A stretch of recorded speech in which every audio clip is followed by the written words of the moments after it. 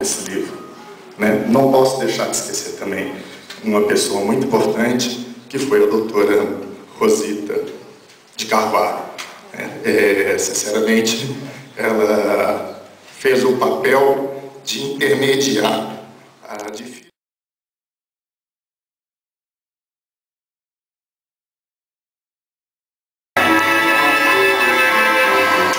Não é da caridade pública que se deve viver, mas sim de cidadania, de conquista de direito.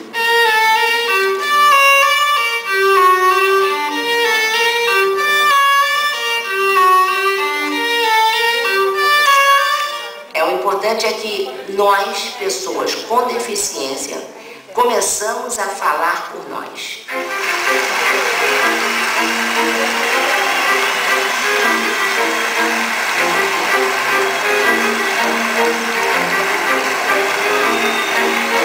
Nenhuma deficiência limita a vida.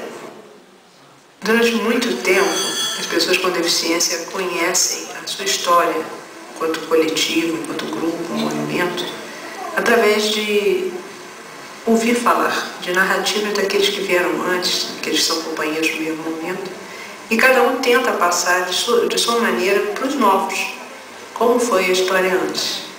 Essa história, às vezes, ela é considerada como muito recente, às vezes ela é considerada como bem anterior, até remontando ao período imperial, mas muitas vezes começam a se dizer que as pessoas com deficiência não têm história. E a ideia justamente é mostrar que nós temos uma história. História do movimento político das pessoas com deficiência no Brasil.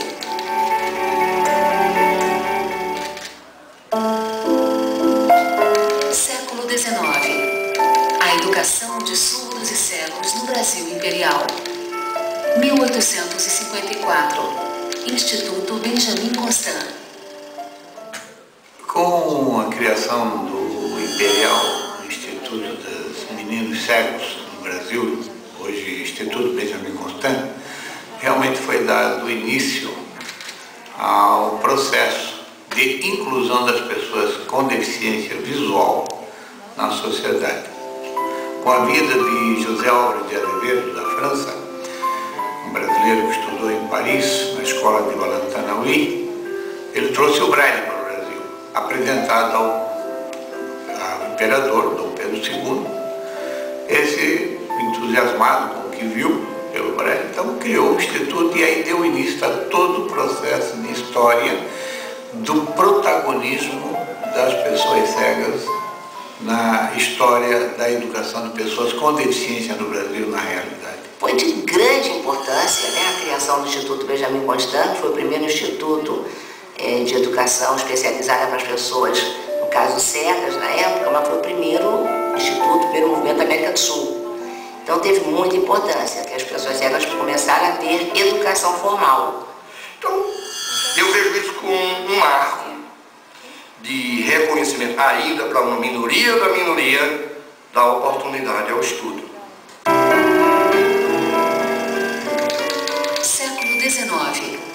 A educação de surdos e cegos no Brasil Imperial. 1856. Instituto Nacional de Educação dos Surdos. No período em que o INES foi criado, não tinha no Brasil nada relacionado à educação dos surdos. E a sociedade pensava, via o surdo como doente, deficiente, incapaz de aprender e de desenvolver. O Instituto, na verdade, ele tem um nexo, né, com a política que era praticada no século XVIII e XIX dos institutos, dos grandes institutos de surdos da Europa. Tanto que o fundador do Instituto é um ex-aluno surdo do Instituto Nacional de Paris. Esse advento das instituições foi realmente um processo de desenvolvimento social mesmo, das sociedades da época, né, que de alguma forma tiravam do âmbito da sociedade tudo que era difícil para a sociedade lidar e transferiam essa responsabilidade para uma instituição. Muitos países gostariam de ter tido isso que nós tivemos aqui no Brasil. Sem fazer a crítica histórica, que não era algo assim inclusivo como é a filosofia mais atual, não é? Mas era mais essencialista. Era o fazer por alguém, dar algo a alguém. E quase sempre assim, naquela relação de pessoa que tem o poder e que concede àquele que menos pode, né? A pessoa com deficiência que não tinha direito a nada. Século XX.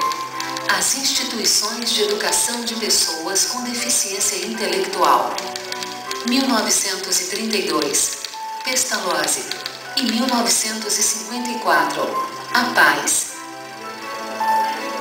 Eu não sabia quem era a Dona Helena, sabia que tinha apenas no regimento e no estatuto dizer que ela tinha sido uma das fundadoras da Pestalozzi Literária. E ela já era conhecida do Brasil todo. E Dona Helena tinha mania de a gente chegar nos lugares, principalmente quando a gente chegava em Ibirité.